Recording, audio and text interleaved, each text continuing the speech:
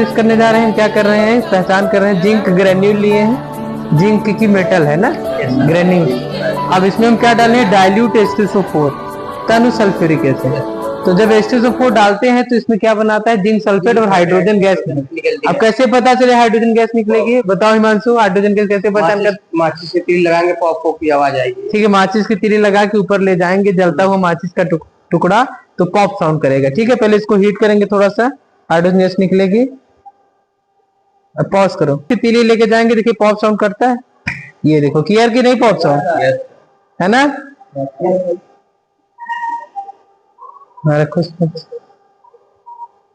ठीक है ना। तो हमारा क्या किया, पॉप साउंड किया ना। दूसरी माचिस तीली ले जाओ, ठीक है, बंद कर दो, बंद कर दो।